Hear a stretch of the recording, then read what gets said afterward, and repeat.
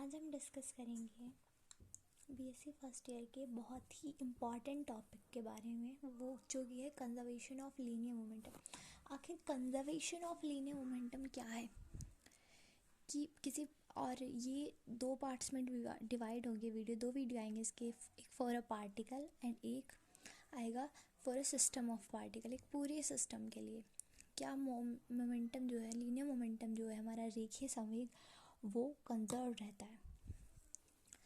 तो सबसे पहले तो बात कर लेते हैं हम conservation of linear momentum.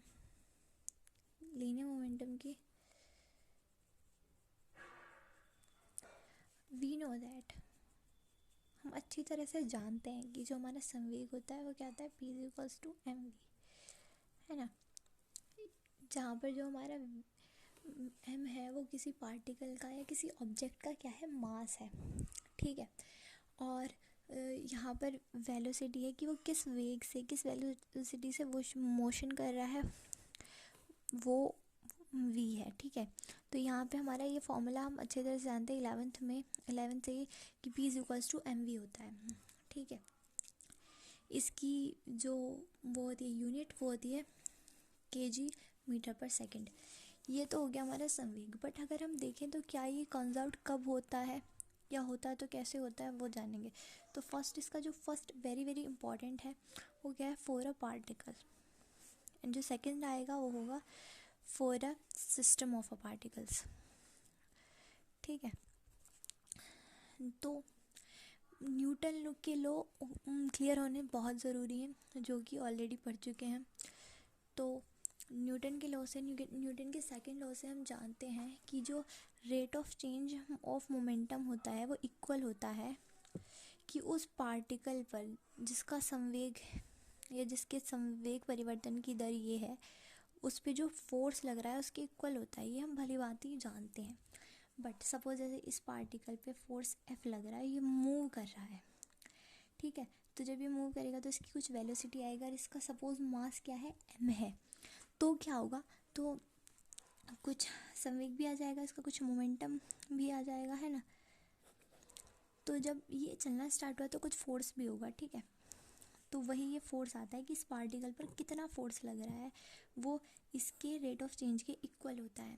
But यदि इस फोर्स पर वो जो मतलब इस पार्टिकल पर जो फोर्स है वो लगना बंद हो जाए, या अप्लाइड फोर्स की वैल्यू क्या हो जाए, ज़ीरो हो जाए, ठीक है। यहाँ पे अगर हम F0 कर दें, F0 कब होगा, मतलब मोमेंटम तो होना चाहिए और फोर्स ज़ीरो होना चाहिए। तो जब ये जो इसकी वेलोसिटी है ये क्या होगी, एक समान वेग होगा। मतलब हमारा जब हमारी वेलोसिटी कांस्टेंट हो जाएगी तो हमारा एक्सेलरेशन हमें पता है ये होता है डेल्टा V अपॉन टी।